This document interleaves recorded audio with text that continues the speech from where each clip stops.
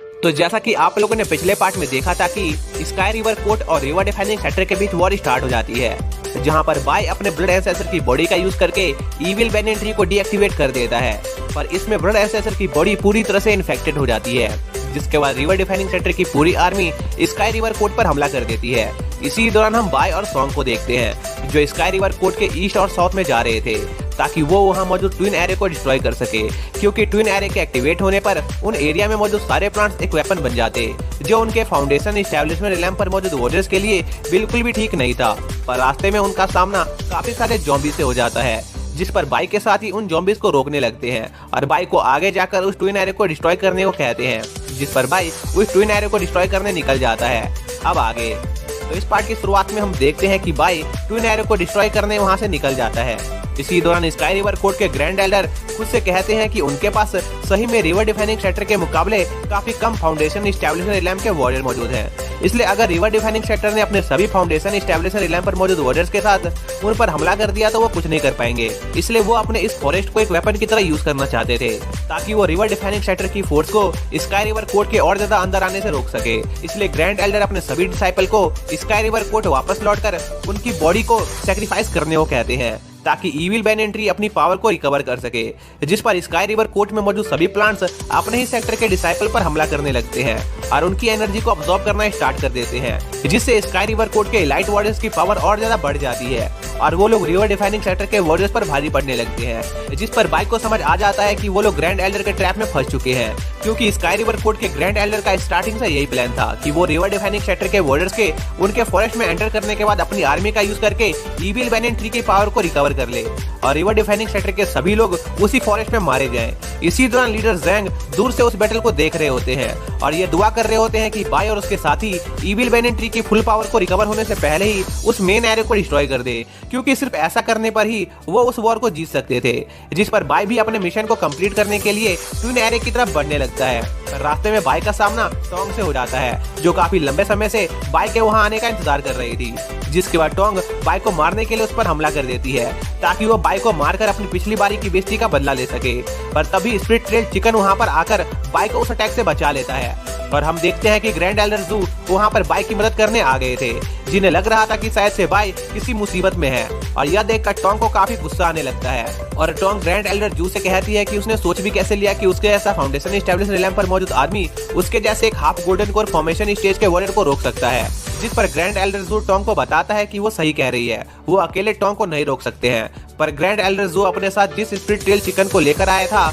वो भी half golden core formation रिलैम पर मौजूद था। इसलिए ग्रैंड एल्डर जू बाय को जल्दी से वहां से निकलकर उसका मिशन पूरा करने को कहते हैं और खुद टोंग से लड़ने वहां पर रुक जाते हैं। जिस पर बाय वहां से जाने लगता है, पर टोंग बाय पर हमला करके उसे रोकने की कोशिश करती है। तभी स्प्लिट टेल चिकन अपने फायर वॉटर्स की मदद से टोंग के हमले को पीछे धकेल देता है। जिस पर टोंग ये फैसला करती है कि वो पहले उस चिकन को ही जान से मारेगी, जिसके लिए टोंग उस स्प्लिट टेल चिकन पर अपने रूट से हमला करने लगती है। जो देखकर ग्रैंड एल्डर जू स्प्लिट टेल चिकन की मदद करने की कोशिश करते हैं, पर उनका अटैक टोंग के हमले को नहीं रोक पाता है और टोंग स्प्लिट टेल चिकन को कैप्चर कर लेती है। तभी स्प्लिट टेल चिकन अपने फोनिक्स फायर वेव का यूज करके टोंग के चुंगल से आजाद हो जाता है। जिस पर टोंग ये फैसला करती है कि वो ग्रैंड एल्डर जू के साथ लड़कर अपना टाइम वेस्ट नहीं करेगी, क्योंकि बाय को पकड़ना ज्यादा इंपॉर्टेंट था। इसलिए टोंग वहां से गायब होकर निकलने की कोशिश करती है, जिस पर ग्रैंड एल्डर जू समझ जाते हैं कि टोंग बाय के पीछे जाने की कोशिश कर रही है। इसलिए Elder Tong split tell chicken को टोंग के भागने के सारे रास्तों को बंद कर देने को कहते हैं और वो बर्ड उस पूरे एरिया में आग लगा देता है। जिस पर टोंग ग्रैंड एल्डर जू पर हमला कर देती है, जिसे ग्रैंड एल्डर जू रोकने में कामयाब रहते हैं।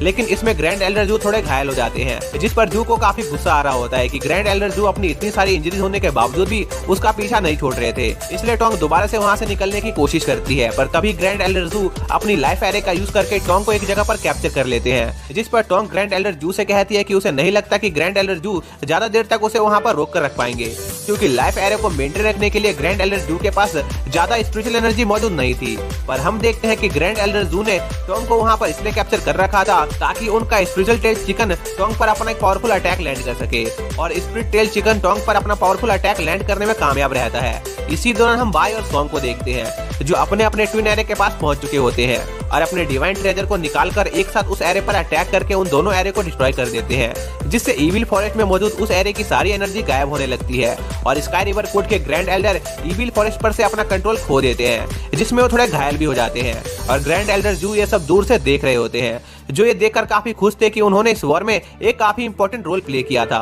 पर ग्रैंड एल्डर जू की खुशी ज्यादा देर तक नहीं रह पाती है, क्योंकि टोंग इस मौके का फायदा उठाकर ग्रैंड एल्डर जू पर पीछे से हमला कर देती है, जिसमें ग्रैंड एल्डर जू काफी घायल हो जाते हैं, जिस पर spirit tail chicken Grand Elder Zu की मदद करने की कोशिश करता है और टोंग पर हमला करना शुरू कर देता है और जोर जोर से चिल्लाकर ग्रैंड एल्डर जू के लिए मदद बुलाने लगता है। पर ग्रैंड एल्डर जू अपने बर्ड से उसकी चिंता करने को मना करते हैं, क्योंकि उनके पास अब ज्यादा समय नहीं बचा था। इसलिए ग्रैंड एल्डर जू एक आखिरी बार अपने बर्ड को मरने से पहले अलविदा करते हैं, जो देखकर स्पिरिट टेल चिकन को काफी गुस्सा आ जाता है और वो टोंग पर अटैक करने जाने लगता है। पर टोंग स्पिरिट टेल चिकन की बजाय ग्रैंड एल्डर जू को खत्म करने के लिए उन पर हमला कर देती है, जिस पर spirit tail chicken Grand Elder Zu को बचाने के चक्कर में काफी ज्यादा घायल हो जाता है, जिसके बाद टोंग स्पिरिट टेल चिकन को टॉर्चर करना स्टार्ट कर देती है, जिसकी चीखों की आवाज इविल फॉरेस्ट में मौजूद रिवर डिफाइनिंग सेक्टर के सभी लोग सुन पा रहे होते हैं, जिस पर बाय तुरंत ग्रैंड एल्डर जू की मदद करने निकल जाता है, क्योंकि उसे लग रहा था कि ग्रैंड एल्डर जू की जान खतरे में है। पर जब बाय वहां पहुंचता है तो वो देखता है कि ग्रैंड एल्डर जू इस बैटल में हार चुके थे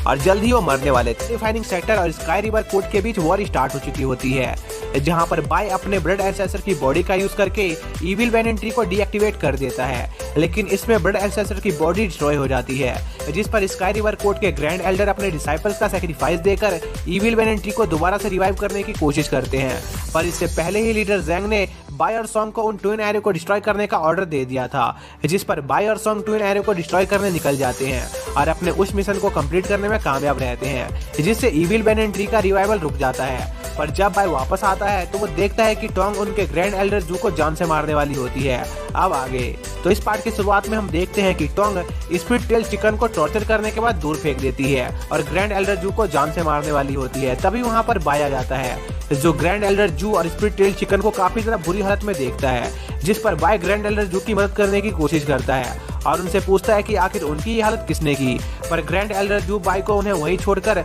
उसे जल्दी से वहां से निकल जाने को कहते हैं, क्योंकि ये एक ट्रैप था जहां पर टोंग ग्रैंड एल्डर जू को एक चारे की तरह इस्तेमाल कर रही थी ताकि वो बाय को पकड़ सके। पर बाय ग्रैंड एल्डर जू को उसकी चिंता करने से मना करता है, क्योंकि फिलहाल के लिए ग्रैंड एल्डर जू को ट्रीटमेंट की जरूरत थी। तभी वहां पर टोंग की आवाज गूंजने लगती है, जो बाय को बताती है कि उसने ग्रैंड एल्डर जू के बॉडी के अंदर एक पॉइजन इंजेक्ट कर दिया था, इसलिए ग्रैंड एल्डर जू का बच पाना काफी ज्यादा मुश्किल था और बाय बस उन पर अपना समय बर्बाद कर रहा था। और बाय को ग्रैंड एल्डर जू की ज्यादा चिंता करने की जरूरत नहीं थी, क्योंकि टोंग जल्दी ही बाय को भी ग्रैंड एल्डर जू के पास भेजने वाली थी। पर बाय ग्रैंड एल्डर जू को हौसला रखने को कहता है और अपनी सभी टेक्निक का यूज करके ग्रैंड एल्डर जू को ठीक करने की कोशिश करने लगता है, क्योंकि उन्होंने ट्विन एरे को डिस्ट्रॉय कर दिया था और वो लोग जल्दी ही उस वॉर को जीतने वाले थे। तभी वहां पर काफी ज्यादा शोर होने लगता है, जिस पर बाय ग्रैंड एल्डर जू को बताता है कि यह इस बात का सिग्नल था कि रिवर डिफाइनिंग सेक्टर ने अपने मेन अटैक फोर्स को बैटलफील्ड पर डिप्लॉय कर दिया था और उनके सभी साथी तेजी से स्काई रिवर कोर्ट की तरफ बढ़ रहे थे। पर इससे पहले कि ग्रैंड एल्डर जू इस बात की खुशी मना पाते,